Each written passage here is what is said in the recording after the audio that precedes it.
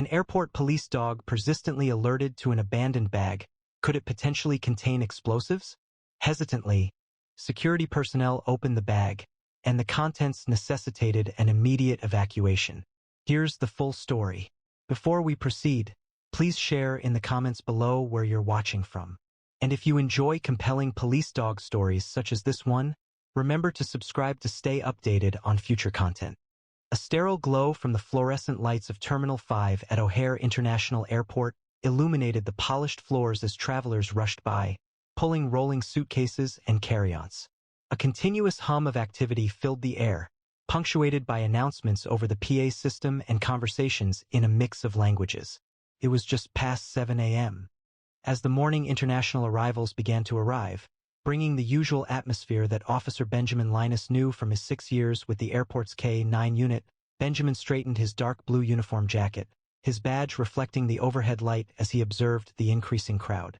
Beside him, Lexus, his Dutch Shepherd partner for 4 years, stayed in perfect heel position, his dark eyes carefully examining the constant flow of passengers. "Another day in paradise, huh, boy?" Benjamin murmured, briefly scratching behind Lexus's alert ears.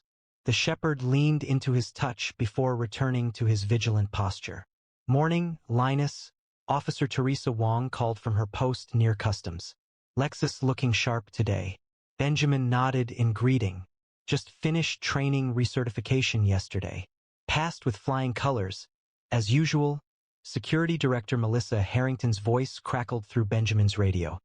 "Attention all units. We are experiencing increased passenger volume in Terminal 5 today because of rerouted flights from Milwaukee. Please maintain a visible presence near checkpoints." "Copy that," Benjamin responded, already adjusting their patrol route mentally. K-9 Unit 7 will cover the east side checkpoints. Just another day at O'Hare, he thought. Routine, predictable, secure. As they turned the corner towards the less crowded international departures area, Benjamin noticed a subtle shift in the tension of Lexus's leash, the first sign that this day would be anything but ordinary. The change in Lexus's behavior was slight but unmistakable, a sudden, focused alertness that altered his usual patrol posture into something more intense. The shepherd's ears moved forward, his tail straightened, and his nose began working more intensely, taking in the air with increased urgency. "What is it, boy?" Benjamin asked softly, immediately noticing his partner's change in behavior.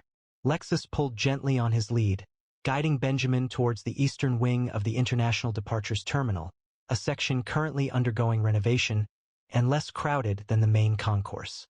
Early morning light poured in through large windows, revealing dust motes suspended in the air above the section with restricted seating. Benjamin surveyed the area, trying to understand what had caught Lexus's attention. The space was largely unoccupied, with only a handful of passengers asleep in chairs or absorbed in their electronics. Initially, nothing seemed out of place, but then Lexus abruptly moved towards a row of seats along the wall, his focus fixed on something located underneath them. The item was a bag, a medium-sized black duffel with no visible identification tag. It was positioned perfectly centered under the middle seat, partially hidden from a quick glance, but fully visible from their present viewpoint. Benjamin's training engaged instantly. "Secure," he instructed, and Lexus remained perfectly still, keeping his attention on the bag. However, something seemed unusual about Lexus's behavior.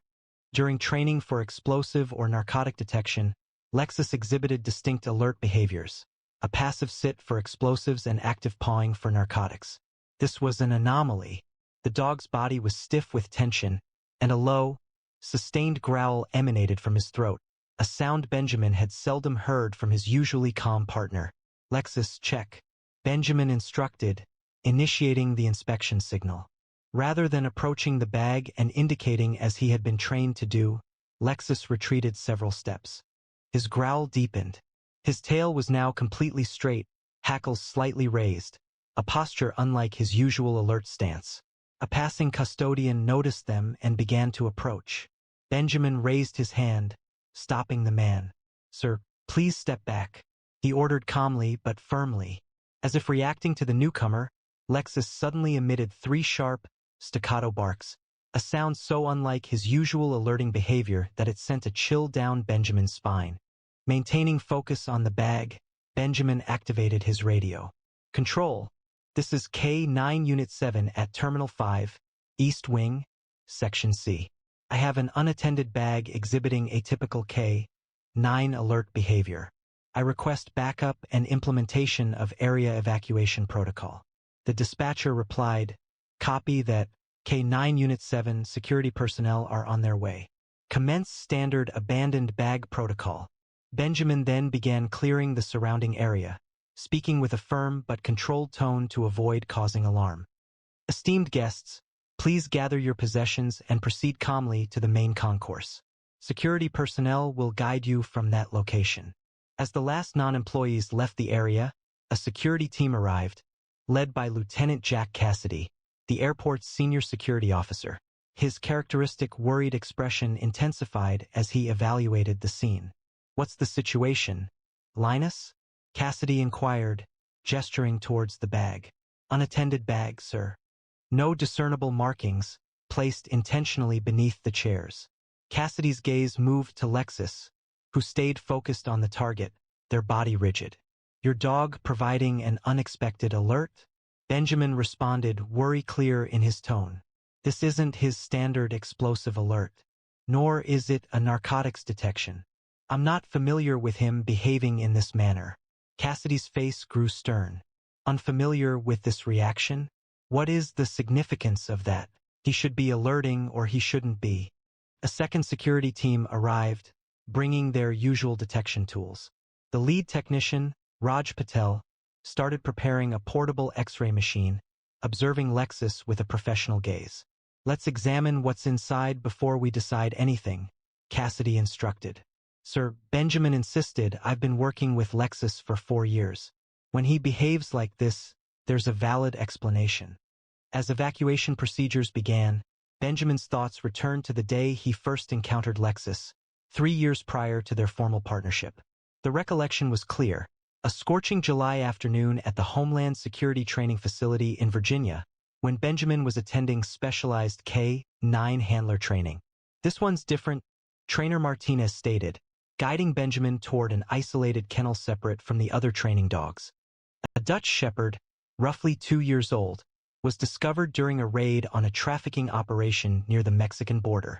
Benjamin had looked into the kennel, anticipating an aggressive or distressed animal. However, he encountered an intensely focused gaze from a slender, muscular shepherd with distinctive amber eyes. Unlike many rescued dogs, the dog did not bark or pace. He remained perfectly still, evaluating Benjamin with a nearly human intelligence. What is his history? Benjamin asked, maintaining eye contact with the extraordinary animal. Martinez referred to his clipboard. We're not entirely sure, he stated. The operation involved smuggling both drugs and people. This dog was discovered guarding a container holding children inside. He did not attack the rescue team, did not attempt to flee, but instead protected the kids. The strangest thing I've ever seen, Martinez commented. He's failed traditional explosive detection programming, Martinez clarified. Not because he lacks the ability to detect. His scent detection abilities are exceptional, yet he repeatedly signals to things we haven't intentionally introduced. We initially dismissed these as false positives.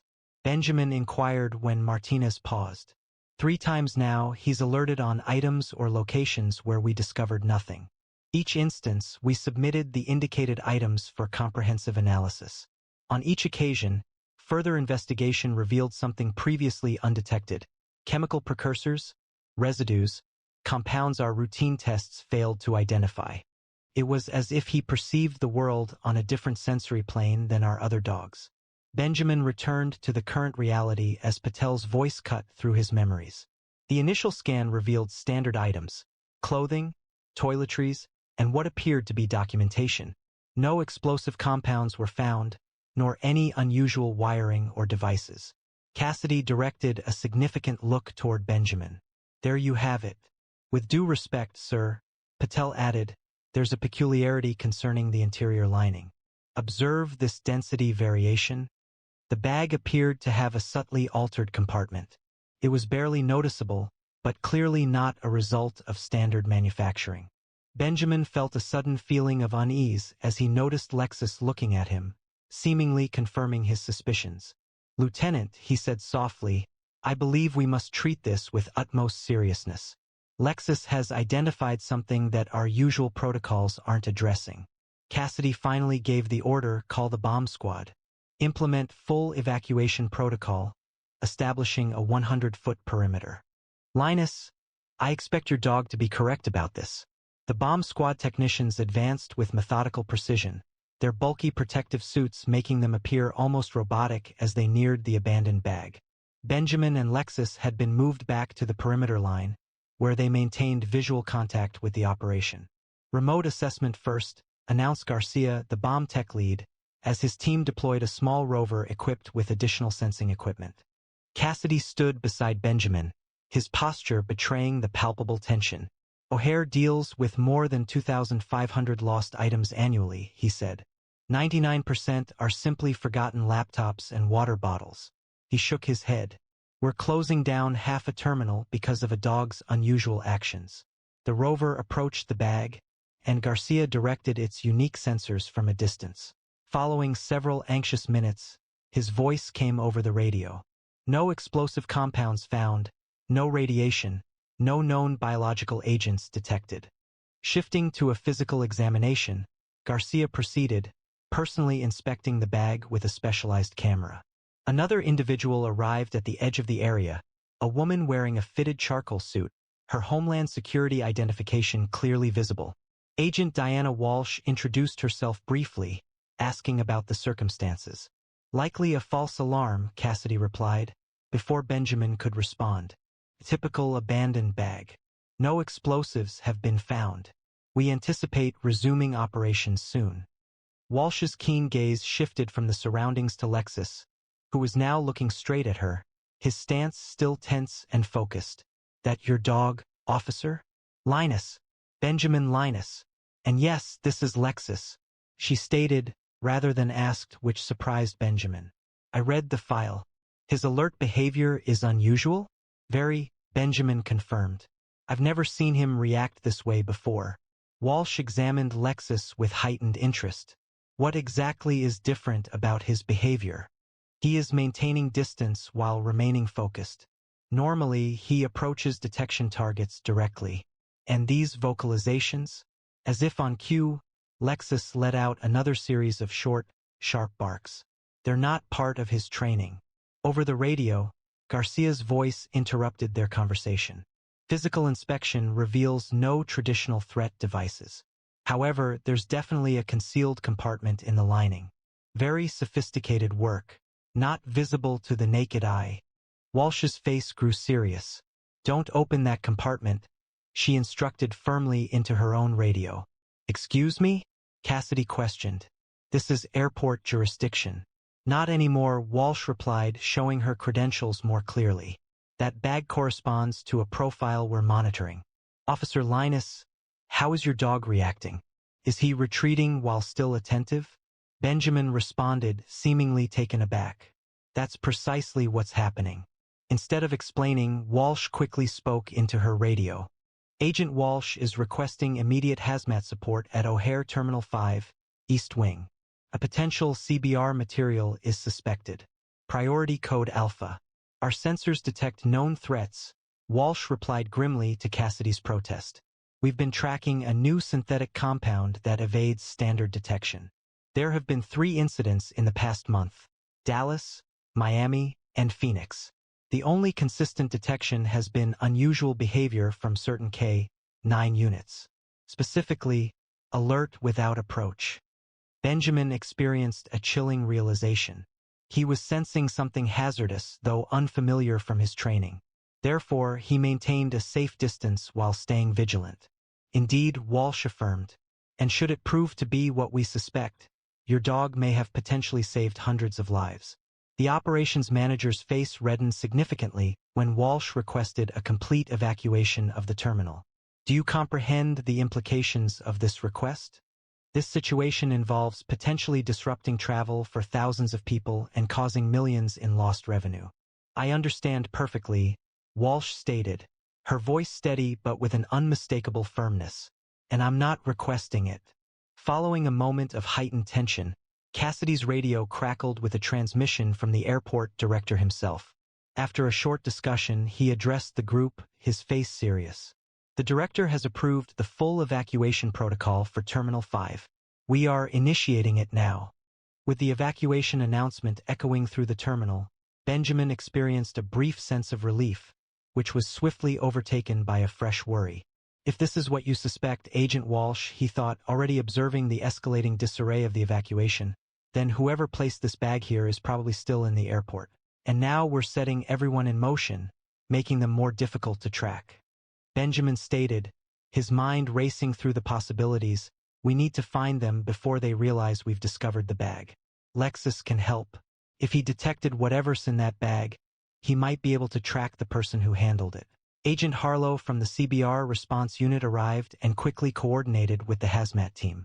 Benjamin knelt beside Lexus, speaking in a low, steady tone. "We need to find who left this boy. Can you do that? Can you find them?" Lexus's intelligent eyes focused on Benjamin's face, a gentle whine escaping his throat, demonstrating understanding yet conveying worry. "I know it's dangerous," Benjamin said quietly. "We'll be cautious. But we need to find them." The hazmat team arrived, fully equipped in protective gear, their presence forming a strange, isolated zone of intense action within the now unsettlingly vacant terminal. Benjamin and Lexus stayed at the designated perimeter, observing as the specialists cautiously neared the bag. "Remote extraction first," the hazmat lead stated, deploying a specialized robot intended to manage potentially hazardous materials. While maintaining a negative pressure environment during the transfer, Harlow approached, holding a tablet displaying security footage. "We've got partial facial recognition from cameras near where the bag was placed. The individual is a male, approximately 30 to 35 years old. He is Caucasian and traveling alone. He entered through the north entrance at 6:14 a.m. He was carrying a bag. That was nearly 2 hours ago," Benjamin noted with concern, suggesting he could be long gone. Harlow countered, swiping to another image, stating he was last seen entering a restroom near Gate E9 20 minutes ago and has not emerged yet. Meanwhile, the hazmat team successfully accessed the concealed compartment within a specialized containment unit. The hazmat lead's voice crackled over the radio. Professional detachment briefly faltered. "This isn't just a chemical agent," he stated. "There's sophisticated delivery equipment in here. A timer, atomizer, distribution system, and documentation. A lot of it." The hazmat lead continued, his voice returning to its professional calm. "The dispersal mechanism was set for noon, 4 hours from now, when the terminal would be at peak capacity. Travel documents, multiple identities, and maps. Terminal layouts for O'Hare, Atlanta Hartsfield, LAX. This indicated a broader operation." A hazmat technician meticulously removed what seemed to be a small notebook, securing it in a transparent evidence bag, and subjecting it to a decontamination procedure before it was given to Harlow. "It's a manifesto," Harlow stated grimly as he examined the pages. "Concerning rhetoric, including expressions of extreme opposition to immigration and allusions to restricting international travel, has emerged. This indicated a planned terrorist attack with the intent to target foreign nationals at several airports. The hazmat team has identified the chemical compound involved. It is a synthesized neurological agent, non-lethal upon contact, but intended to induce panic, disorientation, and respiratory distress within a densely populated airport environment, potentially leading to widespread panic and chaotic trampling." Benjamin completed his thought. "Standard sensors wouldn't identify it, as it's designed to stay inactive until scattered." Harlow gave Benjamin a hotel key, which was located in an outer pocket of the bag and is now secured in an evidence bag. "It should be safe for your dog to analyze the scent from the bag without physical contact." "Lexus, scent," Benjamin instructed, holding the sealed bag close to the shepherd's nose without opening it. Lexus inhaled deeply, then looked at Benjamin, attentive and prepared. "Locate him." Benjamin gave the signal, and they proceeded into the terminal's interior, where their suspect might still be concealed. Lexus advanced with focused determination through the evacuated terminal, his nose working constantly as he followed the scent from the hotel key card. Benjamin kept a steady tension on the lead, allowing his partner sufficient freedom to work while remaining connected to his movements. Agent Walsh and 2 airport security officers trailed behind, maintaining a distance to avoid disrupting the scent tracking. The deserted terminal, usually filled with activity, provided a disturbing scene for their pursuit. Coffee cups remained warm on the tables. Breakfast sandwiches were left unfinished. Newspapers drifted in the air conditioning, which continued to operate despite the evacuation. As they headed toward Concourse E, Benjamin spoke softly into his radio, while Lexus guided them past closed duty-free shops and empty waiting areas. Lexus abruptly stopped at a junction of corridors, his sense of smell working intensely as he appeared to evaluate different scent paths. Following a brief pause, he turned purposefully toward a service corridor labeled Authorized Personnel Only. "He is entering the restricted area," Benjamin confirmed into his radio. "Request backup at Service Corridor E42. The door to the service area was slightly ajar, a further cause for concern, as these doors were mandated to remain secured at all times. Lexus's pace increased, his body language indicating a closer approach to their target. The narrow corridor opened into a more spacious back-of-house area where airport operations handled luggage, supplies, and equipment. Lexus paused once more, moving around a section close to a staff break room before returning towards a door labeled Electrical Access. His actions changed slightly, his ears perked, his posture suggesting he's found their target. Through the little, wire-reinforced window, Benjamin could see activity inside, someone quickly collecting things from a backpack. Subject identified, Benjamin spoke into his radio. Male matches description, seems to be getting ready for something. Request immediate tactical response. Lexus emitted a warning bark. The suspect had observed their presence through the window. Immediately, the man inside began moving, displaying frantic energy, retrieving something from his pack. "No time," Benjamin responded urgently. "Subject is actively handling unknown materials. We're moving in now." With practiced coordination, Benjamin and the security team positioned themselves at the door while Walsh covered their flank.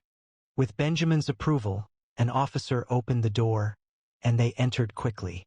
"Airport police, Homeland Security, hands where we can see them," Walsh ordered, raising her weapon. The suspect, a thin man with close-cropped hair and pale eyes, paused briefly, his hands near what looked like another modified bag resembling the one they had discovered. He then moved swiftly, lunging for a small canister on the workbench. "Another device," Benjamin cautioned, issuing a command at the same time. "Lexus, stop." The Dutch Shepherd surged ahead with intense focus, expertly trained to neutralize dangers without causing serious harm. He intercepted the suspect's arm just as he attempted to reach the canister, using a controlled pressure with his jaw that made the man cry out and fall backward. "Don't move," Walsh instructed as Benjamin secured Lexus, and the security officers moved in to restrain the suspect. A brief examination of the room exposed the troubling extent of the operation, including another partially assembled dispersal device, additional documentation, and what seemed to be communication equipment. The suspect remained handcuffed to a chair in the airport security office, his gaunt face set in a look of scornful silence as Agent Harlow and a recently arrived FBI agent prepared for questioning. "His name is Ethan Mercer," Walsh told Benjamin, reading from a preliminary report on her tablet. "A former chemical engineering student who left school 3 years ago had been flagged for extremist online activity on several watch lists. However, no action was deemed necessary until now." Through the speaker, they could hear Harlow starting the interrogation, using a methodical and controlled approach. Mercer remained silent, offering only occasional smirks and shrugs in response.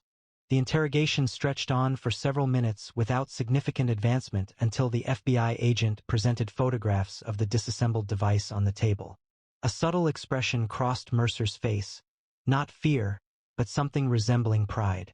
"You were fortunate," Mercer finally said, his voice unexpectedly gentle and clear. "If not for that dog." Benjamin noticed Lexus stiffen next to him at the mention, as if the shepherd recognized he was the subject of discussion. "How many more?" Harlow asked, leaning forward. Mercer's smile broadened a little. Sufficient. Today marked the commencement. The purification process has begun, and the impending events are unstoppable. A disturbance in the hallway captured their focus when the hazmat team leader arrived with pressing information. "We have finished the analysis of the communication devices located with the suspect," he stated. "They are burner phones, each containing only 3 numbers in the call history. Each of those 3 numbers traces back to prepaid phones bought in separate cities." Walsh suspected Dallas, Atlanta, and Los Angeles. His assessment proved accurate, the hazmat lead verified. Further details emerged. The devices incorporated synchronized timers, intended for simultaneous activation across all locations. "Your phones betrayed you, Ethan," Harlow stated, her voice steady through the interrogation room speaker. "We are currently monitoring your associates." He glanced at his watch with a studied nonchalance. "They are likely already in custody. Now, the crucial question remains: who will break their silence first?" The possibility of avoiding a lifetime in solitary confinement hinged on cooperation. For the first time, uncertainty appeared on Mercer's face. His meticulously built resistance started to falter. "Your dog ruined everything," Mercer abruptly said, glaring at the one-way glass as if he could see Benjamin through it. "Those devices were undetectable. We tested them for months. How did that animal know?" As the sun set over the O'Hare runways, Terminal 5 was declared clear of all threats. Limited operations had resumed in other areas of the airport. Thousands of passengers remained displaced, their travel plans disrupted by the day's events. Benjamin stood by a wall of windows overlooking the tarmac, watching planes slowly returning to their gates as Lexus rested at his feet, finally relaxed after the intense day. "Officer Linus," Agent Walsh approached, appearing weary but satisfied, "and thought you'd want an update before you left." Mercer provided his contacts after approximately 3 more hours of interrogation, she reported. Tactical teams apprehended 2 accomplices in Atlanta and 1 in Los Angeles, all possessing similar devices in early preparation stages. Dallas proved to be a false lead, a deliberate misdirection, potentially in response to compromised communications. "We stopped it," Benjamin confirmed, his voice conveying obvious relief. "Completely?" Walsh affirmed, looking down at Lexus with a gesture of respect. "The timing was absolutely critical. Had that first device deployed successfully, it would have provided data enabling improvements to the others. Each subsequent attack would have been more effective. Do you have any understanding yet of how he managed to detect the compound when none of our equipment could?" Walsh smiled faintly. "Our lab has a theory. The compound's chemical profile shifts slightly upon exposure to the surrounding atmosphere. This characteristic contributed to the difficulty in its detection. Standard instruments are often adjusted to recognize defined, consistent profiles. Lexus, however, operates differently. Canines don't use calibration. They interpret scent data through unique methods, identifying patterns and alterations beyond the capacity of current technology." Dr. Aris knelt down to Lexus's level, receiving a questioning head movement from the shepherd. "This particular dog appears exceptionally skilled. It's likely his early experiences contributed to his advanced detection abilities." Lieutenant Cassidy arrived, his initial doubts giving way to clear respect. "The director has scheduled a meeting for both of you tomorrow morning. A commendation is planned. The FBI is now assuming control of the investigation," Walsh stated. "However, Homeland Security remains keen on evaluating your K9's detection capabilities. With your permission, we'd like to develop a training program utilizing Lexus's responses to assist other dogs in recognizing these types of threats." As Walsh and Cassidy departed, Benjamin knelt beside Lexus, carefully taking the dog's face in his hands. The intelligent amber eyes that had first connected with him years ago at the training facility looked back with the same unwavering trust. "You did well today, partner. Really well." He stroked his hands along Lexus's sides. A final check was performed to ensure there were no signs of distress or exposure. Finding none, the lead was reattached to the tactical collar. "Let's go home." As they walked through the terminal, which was gradually reopening, Benjamin thought about how many near misses in his career had depended on split-second decisions and instinctive reactions. But today had been different. Today focused on the deep trust developed between Handler and K9 through years of collaboration, a connection that went beyond training manuals and standard procedures. What Lexus accomplished couldn't be duplicated by technology or documented in reports. It represented the peak of natural aptitude, specialized training, and something more intangible, a nearly instinctive ability that some remarkable working dogs appeared to have. Benjamin had consistently trusted his partner's skills, but today had solidified that trust into something absolute. No matter what difficulties they encountered moving forward, they would confront them as a team, their partnership strengthened by the experiences of today. The following morning would involve reviews, paperwork, and probably numerous inquiries regarding Lexus's distinctive detection abilities. For tonight, Benjamin felt satisfied, knowing that many travelers would return home safely to their families, completely unaware of how narrowly they had avoided disaster, and how a Dutch shepherd with amber eyes had stood between them in the midst of chaos. Have you ever experienced a moment when an animal perceived something that humans completely missed? Animals often possess remarkable abilities that science is still trying to understand. This story highlights how vital these instincts can be in critical situations. We are interested in hearing about your experiences with animals that appear to possess more understanding than the humans nearby. Considering you were in Officer Linus's position, would you have believed your canine partner's atypical behavior, despite technology and protocols indicating no danger? It requires significant courage to support a partner's instincts when others advise caution. Can you recall a time when you made a tough choice relying on your gut feeling instead of data? Working dogs, such as Lexus, contribute to saving many lives daily across the globe due to their remarkable skills and commitment. Do you have personal encounters with service animals or working dogs that impressed you with their intelligence and abilities? Please share your stories in the comments below. Inspired by Lexus's incredible story today? Don't miss our next video. Subscribe and enable notifications. We release another unforgettable story of heroism and dedication from the world's most extraordinary canine officers every day at the same time. Give a like if you think these four-legged heroes deserve more recognition for their life-saving work. We think you'll enjoy this video if you love dogs or are interested in canine units. Please see our previous stories, which are appearing on the screen now. And remember, behind every great police dog is a partnership built on unwavering trust and communication. We'll see you again tomorrow at the same time with another amazing canine story. A service dog barked continuously at a stroller in a busy mall. The mother became angry, security was summoned, and shoppers grew frustrated. But when the blanket was finally removed, what they witnessed moved the entire crowd to tears. Before we begin today's story, please leave a comment below indicating your location. And if you enjoy heartwarming stories about police dogs like this one, remember to subscribe. Prepare for what's about to unfold. The Westfield Shopping Center was filled with the usual weekend shopping activity. Families with strollers filled with bags, teenagers gathered around the food court, and a continuous blend of 1,000 conversations filled the space under the large glass ceiling. Afternoon sunlight shone through the skylights, creating warm areas on the polished tile floors as shoppers moved through the busy walkways between stores. Jessica Winters navigated the Saturday crowd with a practiced and efficient manner, her steps deliberate and measured. Beside her walked Echo, a Belgian Malinois wearing a professional red service vest with medical alert patches. Unlike the hurried shoppers who bumped shoulders and moved around each other, Echo moved with military precision, maintaining a perfect heel position despite the chaos, his attentive brown eyes occasionally glancing up at Jessica's face to check her status. "Excuse me, please," Jessica said as they moved past a group of teenagers who had stopped suddenly to take selfies in front of a clothing display.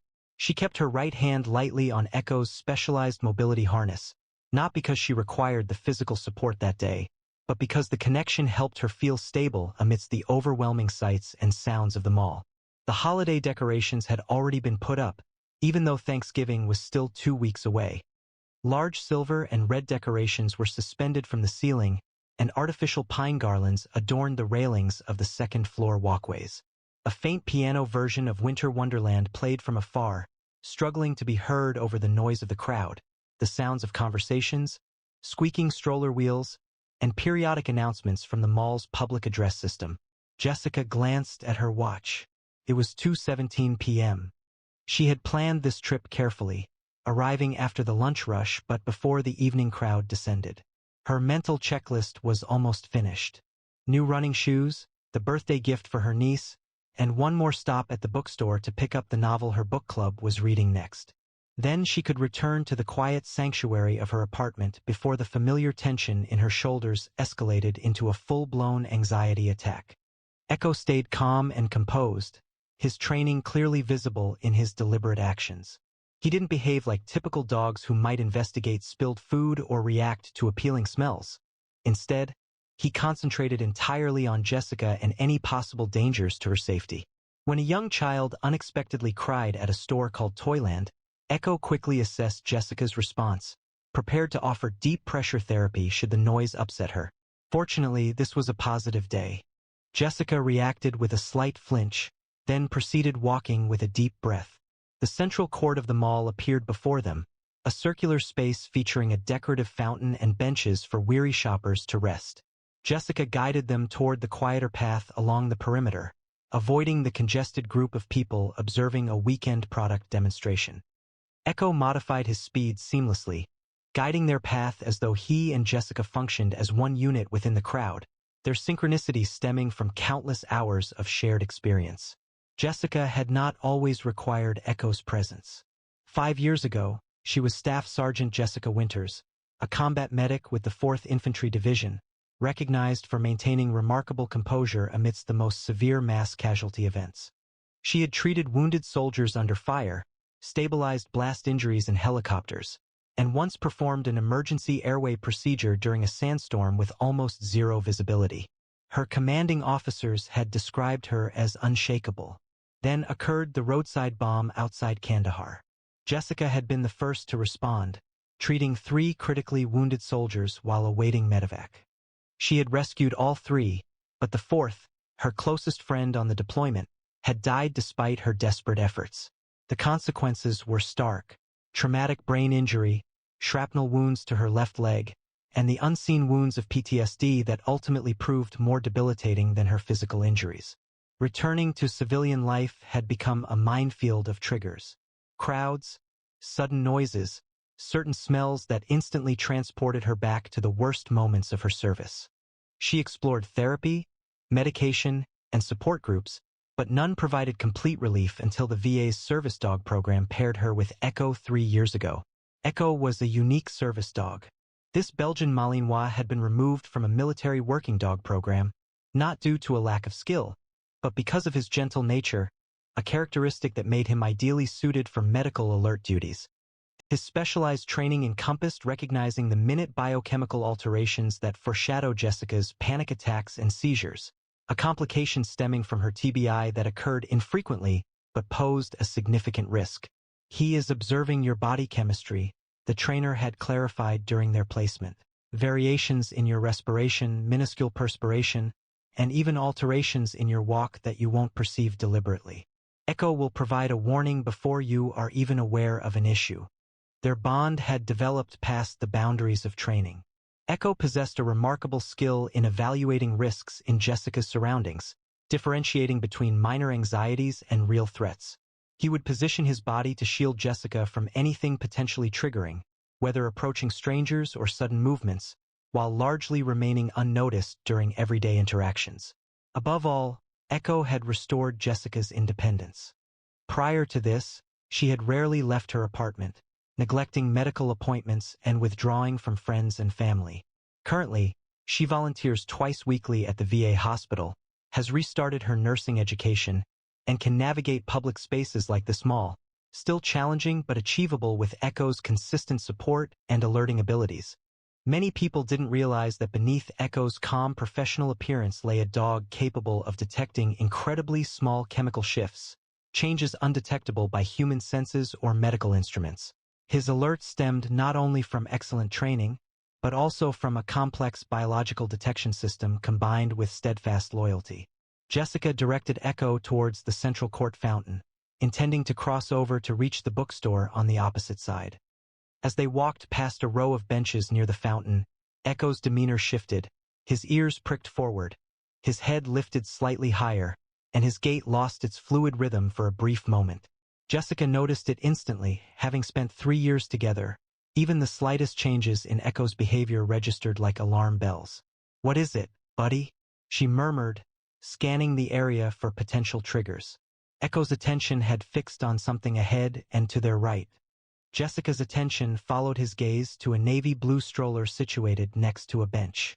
A woman, seemingly in her 30s and with dark hair styled in a loose bun, was organizing shopping bags nearby. The baby in the stroller seemed to be sleeping calmly under a thin blanket featuring cartoon elephants. Jessica softly adjusted Echo's harness, trying to get his attention. "Come on, focus." However, instead of following her instruction, Echo's body became even more rigid. A soft whine came from him, a sound Jessica had seldom heard from her well-trained service dog. Echo moved closer to the stroller, abandoning his heel position for the first time in public that Jessica could recall. "Echo, heel," Jessica instructed more sternly, feeling a blush rise on her cheeks as a nearby elderly couple looked in their direction. Service dogs were meant to be unobtrusive in public spaces. That was the expectation. Echo had never deviated from protocol in this way before. The dog obeyed with evident hesitation, returning to her side while still watching the stroller. After 3 more steps, Echo stopped abruptly, firmly placing his feet and declining to budge from the stroller's line of sight. "Is something the matter with your dog?" the mother inquired, observing Echo's focused attention. Her voice carried a trace of irritation as she looked between her shopping bags and the service dog. "I'm sorry," Jessica started, but Echo interrupted her apology with a quick, forceful bark that resonated across the central court. People shopping turned towards the sound, their faces showing a mix of curiosity and disapproval. "Control your dog, please," the mother stated, her annoyance now clear. "You're frightening my baby." However, the baby hadn't moved at the loud bark, a detail that Jessica's training immediately recognized as odd. Typically, sleeping infants would react with a start to such a sound. Echo barked once more, then again, his barks becoming increasingly urgent. It wasn't aggression. Jessica understood Echo's behaviors completely. It was an alert, mirroring the pattern he exhibited when sensing a potential medical crisis. "Ma'am, I believe," Jessica began, but the mother interrupted her. "Service dogs shouldn't bark in public," the woman retorted, rising and moving defensively toward her stroller. "You need to leave." 2 mall security guards, both wearing navy blue uniforms, moved towards the disturbance. The taller guard, a middle-aged man with salt and pepper hair, and a name tag identifying him as Wilson, spoke to Jessica. "Ma'am, we've received reports of your dog causing a disturbance for shoppers. Is everything all right?" Echo continued to bark, pulling towards the stroller with unusual focus. Jessica felt as though many people were watching her, judging, and presuming she lacked control over her service dog. The demands to apologize and depart were intense, yet Echo's actions conveyed a contrasting message, one that years of collaboration had shown her to be reliable in interpreting. "My service dog is medically trained," Jessica stated, working to maintain a composed tone. "He is specifically alerting to something concerning regarding that baby. This isn't typical behavior for him." The second security guard, a younger woman with her hair pulled back in a tight ponytail, approached the mother. "Ma'am, would you please check on your child, just to be cautious?" "This is absurd," the mother protested. "She's fine. Simply taking her afternoon nap. I'm only shopping for less than an hour." Wilson frowned, visibly uneasy with the circumstances. "Ma'am," he addressed Jessica, "service animals are not permitted to be disruptive in public spaces. Mall policy dictates that." "I'm aware of mall policy," Jessica responded, her voice revealing the influence of her military training. Echo wasn't issuing this alert arbitrarily. He was detecting a medically significant issue. Echo had now activated his complete medical alert sequence, sitting stiffly, vocalizing with a characteristic 3 barks, then pawing the ground. This was the same pattern he exhibited when identifying Jessica's rare seizures in advance, a behavior that had prevented serious injury on multiple occasions. "Look," Jessica stated, referencing her medical experience, "I served as a combat medic. Echo is programmed to recognize specific medical crises. There's an issue with that baby, and each moment we spend debating could be critical. Jessica initially encountered Echo on a rainy Tuesday at the Patriot Service Dogs Training Center in Colorado, recently completing intensive therapy and still using a cane for her left leg. She initially doubted a dog could achieve what medication and counseling had not. Instead of the warm welcome Jessica anticipated, Echo approached her cautiously, deliberately sniffing her hands, her legs, and her breath. He then settled directly in front of her, his eyes fixed on her face as if committing every detail to memory. The turning point in their partnership occurred 3 months into their training. Their initial period had presented difficulties. Jessica's fluctuating symptoms required Echo to identify patterns that even medical devices sometimes failed to detect. The team utilized scent samples gathered during Jessica's pre-seizure states, anxiety attacks, and normal days to train Echo to distinguish between them. Subsequently, one evening, while Jessica was having coffee with her roommate, Echo abruptly initiated his alert behavior, remaining rigid, emitting 3 distinct barks, then pawing the ground. Jessica felt well and initially attributed it to a training mistake. "Echo, settle," she commanded. Instead of following instructions, Echo had turned to her roommate, Diane, repeating the alert pattern with increasing urgency. "Maybe he needs to go out?" Diane suggested, rising. She had taken 2 steps when she collapsed to the floor. Paramedics later confirmed she had experienced a dangerous blood sugar crash that could have resulted in a coma if she had been alone. Echo hadn't been alerting for Jessica at all. He recognized Diane's declining glucose levels, a condition she hadn't received a diagnosis for at that time. Following that day, Jessica's faith in Echo became unwavering. Whenever he provided an alert, she responded, irrespective of whether she experienced any symptoms herself. That established history of trust is what provided Jessica with the assurance to maintain her position now. Although met with skeptical looks and the mother's initial hesitation, Echo had gained her confidence through demonstrated dependability, and she was committed to supporting his warning, regardless of any awkwardness. A small group of people had assembled, whispering amongst themselves. An older woman approached. "Perhaps you should examine the baby, dear. It's better to be cautious." The mother's certainty lessened a little as she looked at her child, who remained perfectly still. She claimed to be a deep sleeper, but a note of doubt entered her voice. "Your baby hasn't reacted to any sounds," Jessica remarked gently. "Not even a flinch at Echo's barking. That wasn't typical behavior for an infant." The mother's face changed as she processed this. She turned to the stroller, her shoulders showing strain. "Please, please," Jessica said, her voice becoming more gentle. "Echo has never been incorrect about a medical alert. Not in 3 years. My concern for your daughter prompted my request." The security guards looked at each other, appearing uncertain about the appropriate procedure for this uncommon circumstance. Wilson approached the stroller. "Ma'am, may we briefly examine the situation?" he asked. "Then everyone can resume their activities." The mother paused, then agreed, moving towards the stroller. "Very well. I'll demonstrate that she is simply sleeping, and then I anticipate an apology." Jessica remained behind, ensuring Echo stayed calm as the mother bent over the stroller and carefully pulled back the blanket with the elephant design. The woman's annoyed look quickly changed, and color left her face. "Madison," she said, her voice growing louder.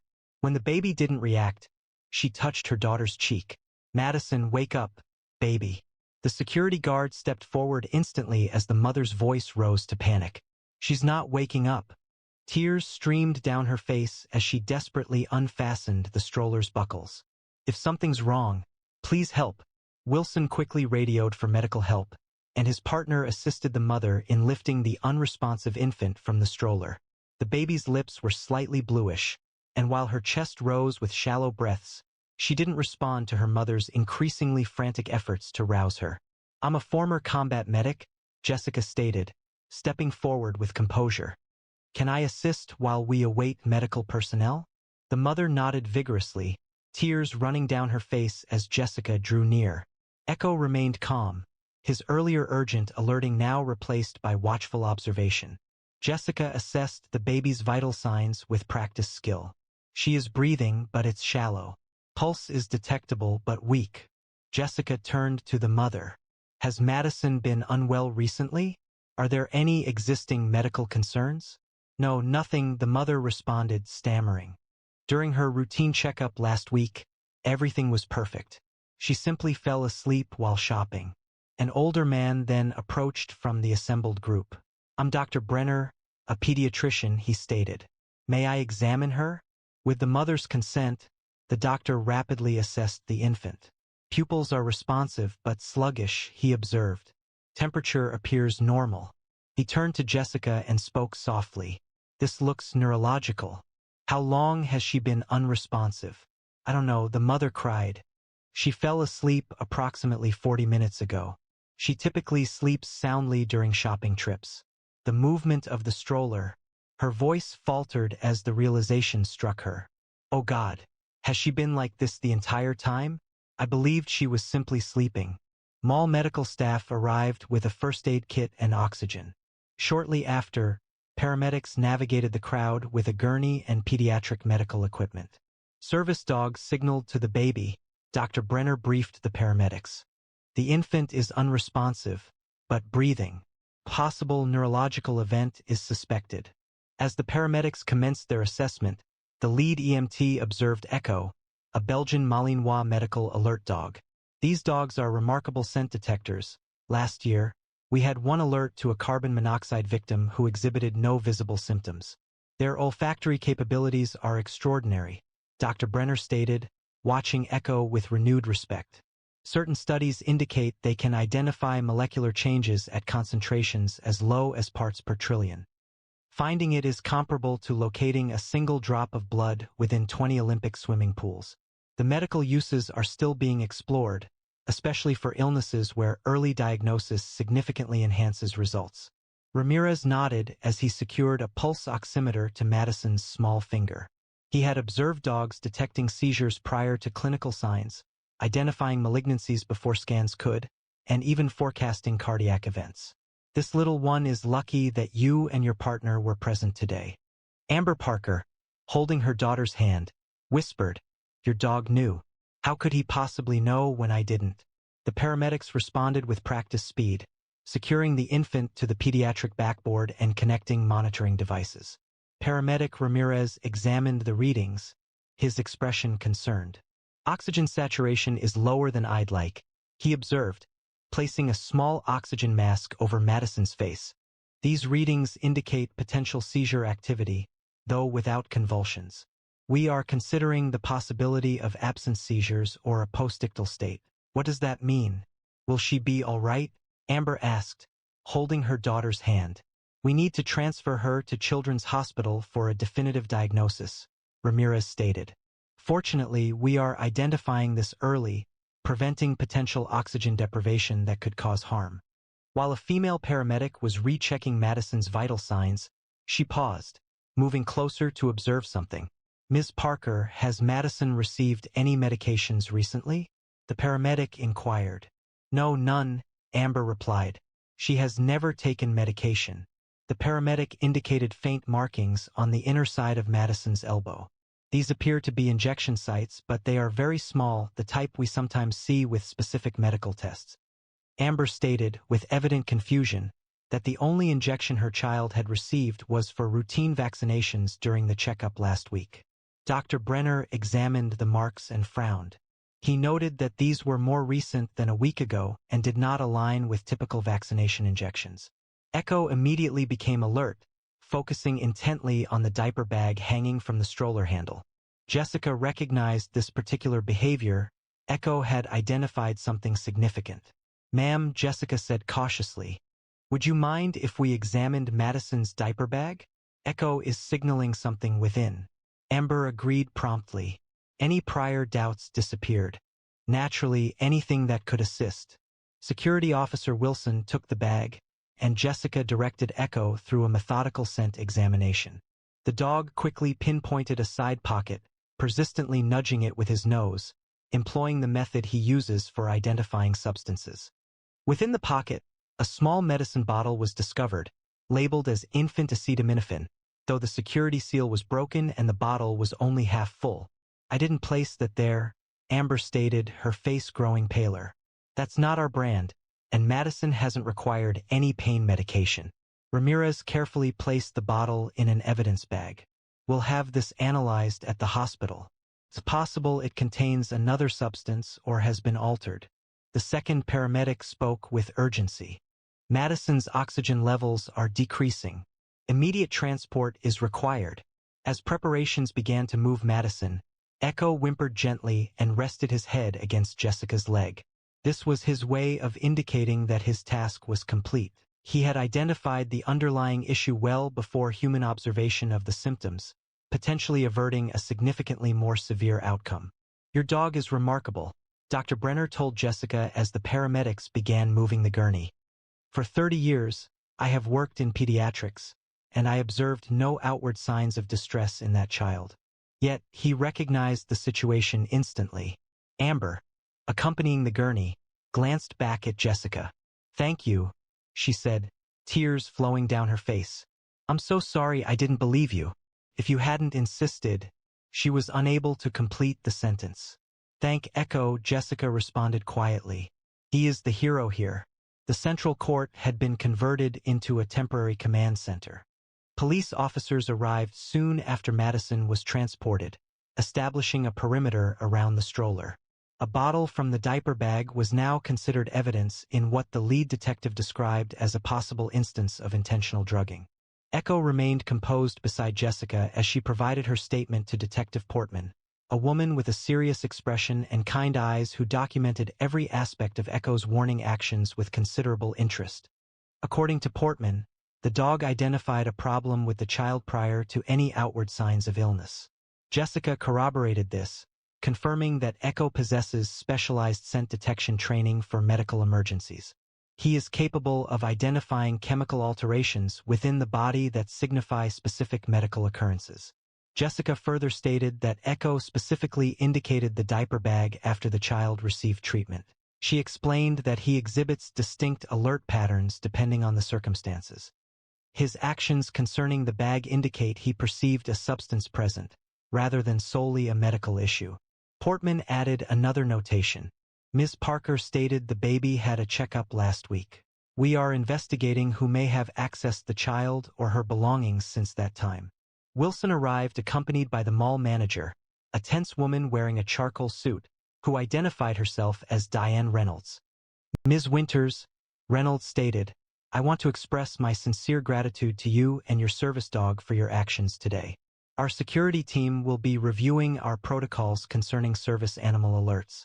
She looked at Wilson, who appeared suitably concerned. We recognize there are some areas where we need to improve our training. Echo was simply performing his trained tasks, Jessica responded. Wilson added, the hospital contacted us with an update. The baby is showing signs of stabilization.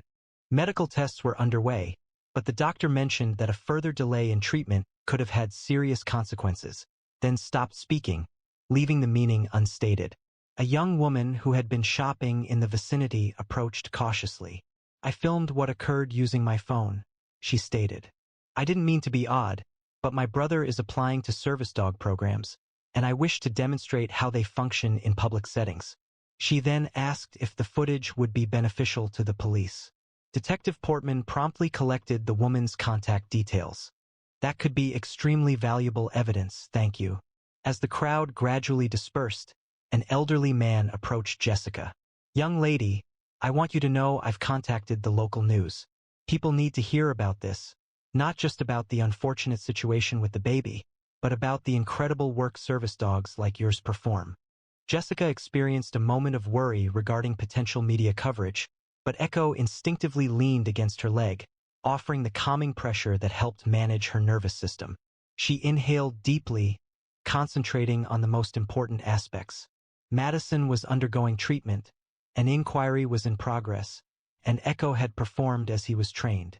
The police concluded securing the area while Jessica and Echo were readying to depart. Officer Wilson approached them at the mall entrance. He offered a sincere apology to both of us. 20 years in security and I've never seen anything like what your dog did today, he said. If we'd followed protocol and asked you to leave, he shook his head, expressing gratitude for your resolve. As Jessica and Echo walked through the parking lot toward her car, the adrenaline from the incident began to fade, leaving her physically drained but mentally clear. She stopped beside her SUV, kneeling down to bring herself eye level with her partner. "You did good, buddy," she whispered, gently stroking Echo's face and neck. "Really good." Echo's perceptive eyes stayed focused on hers, his expression reflecting complete satisfaction now that his task was finished. He moved closer, touching his forehead against Jessica's in the familiar gesture they frequently shared following challenging situations.